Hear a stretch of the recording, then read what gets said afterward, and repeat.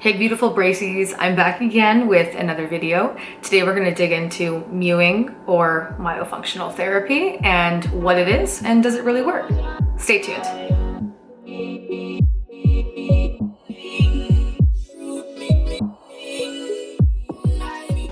So let's talk about this hot word, mewing. You know, what is it and where did it come from? I mean, the origins, I don't really know the entire history of it, but what I do know, and I'm getting a phone call right now. Hello? Okay.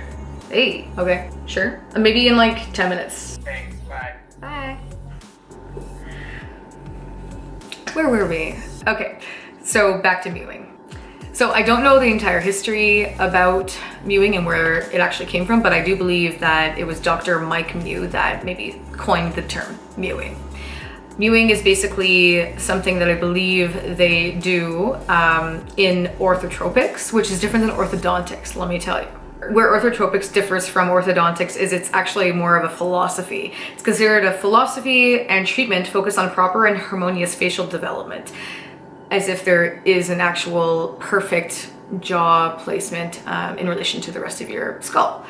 So it explains here, its primary objective is a correction of unfavorable growth pattern of both jaws, usually excessive vertical growth and lack of horizontal growth.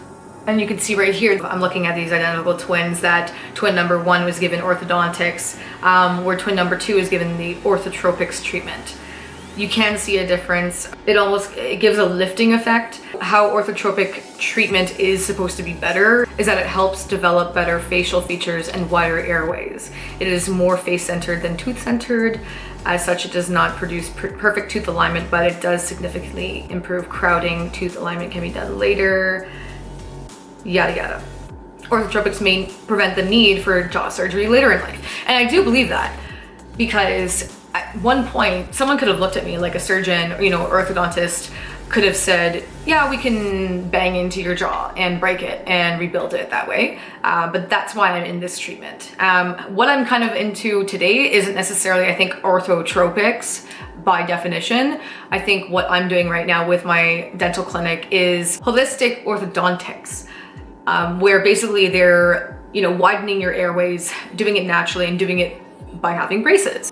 Thus which helps get rid of my TMJ symptoms that I was getting. It doesn't mean that I'm never gonna have cracking for the rest of my life. Doesn't mean that I'm gonna have a little bit, because you might have a little bit more of tension here. That might just be a residual effect, or at least for me, that's what I've noticed. But yeah, so those are the main differences. There are a lot of different videos out there that show different techniques and what people do, but mainly, I'm gonna sum it down to at least 3 exercises that I do and what it has done for me. I think the most definition as when people are talking about mewing, what is it actually? So this is what's called the cave suck.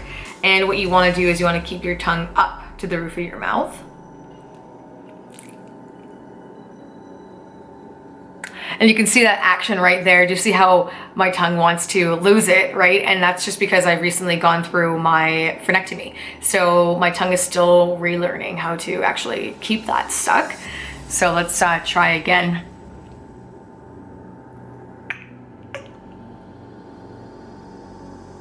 So it is gonna look a little different on me because I recently had my frenectomy procedure done. Tongue tie procedure done. And that's why it's a little bit difficult for me to practice the cave suck. But that's the first and foremost. You want to keep your tongue up at the roof of your mouth. You want to suction your tongue up there, and it really should be staying there at resting position. So when you go to close your mouth, you want your tongue to be hidden behind and not splaying out between the teeth. Not like this.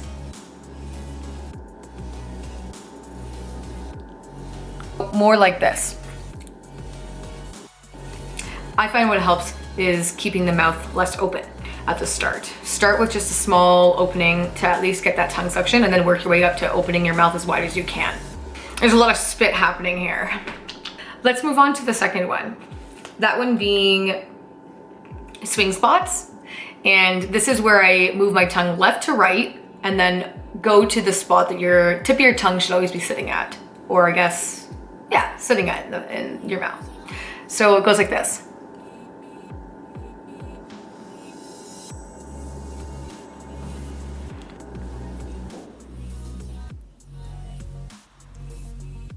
So yeah, so that's considered the swing spot. What you want to go is left to right and then try and find that spot right in the top of your mouth.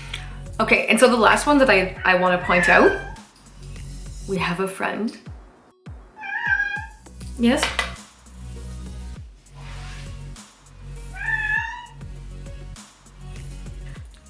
So the last one I want to point out, which is actually one of my favorites and has been the easiest to execute since my frenectomy. Good job, Karina, for getting that tongue tie procedure done and being hungry for 3 days. This one, I forget the name of it, but I know it's called, I think it's called snake, something with snake in it. Basically what you want to do is you want to stick your tongue out, bring it back in, and also touch that spot on the top of your mouth. Why you want to do this is because you want to teach your tongue how to go up over the teeth rather than hitting the teeth, and you'll see what I mean right now.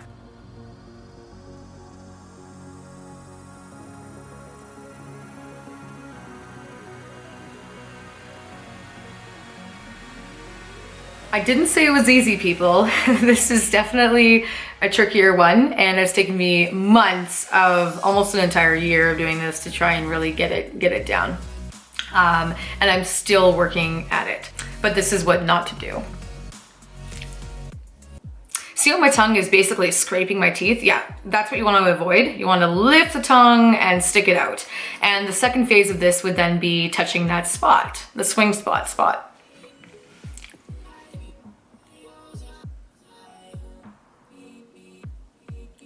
So for all the dentists and orthodontists out there, I know what you're gonna say, that my jaw is moving and I should keep that completely still. So please don't do what I'm doing. It is something I'm still working on, but you want to keep that jaw as still as possible and try to prevent when you go to stick out your tongue that you're moving your jaw with it, because that's technically cheating. So there you have it. There's a little bit of mewing in there. There's a little bit of myofunctional therapy, which is what I went through in there. Maybe on my next video, I'll upload a couple of more myofunctional exercises for you to do, and also some TMJ massage exercises that you can do as well. So let me know, comment down below. Did you ever try mewing? Will you try it now? It is really interesting when you see those studies of twins, for example, that one has gone through a different treatment than the other, or one that has gone through orthotropics and the other didn't have anything adjusted to them, and how their growth pattern actually worked. So a lot of really cool nerdy science stuff out there that I do recommend that you give a try if you're looking into it. The functionality has improved, the tongue placement has improved, and pain has reduced significantly. And I want to say that I can finally see the light at the end of the tunnel. So anyhow, thanks for joining me again today. And yeah, let me know if you will try some myofunctional therapy and how it goes for you. Ciao, love you guys, and remember to embrace love.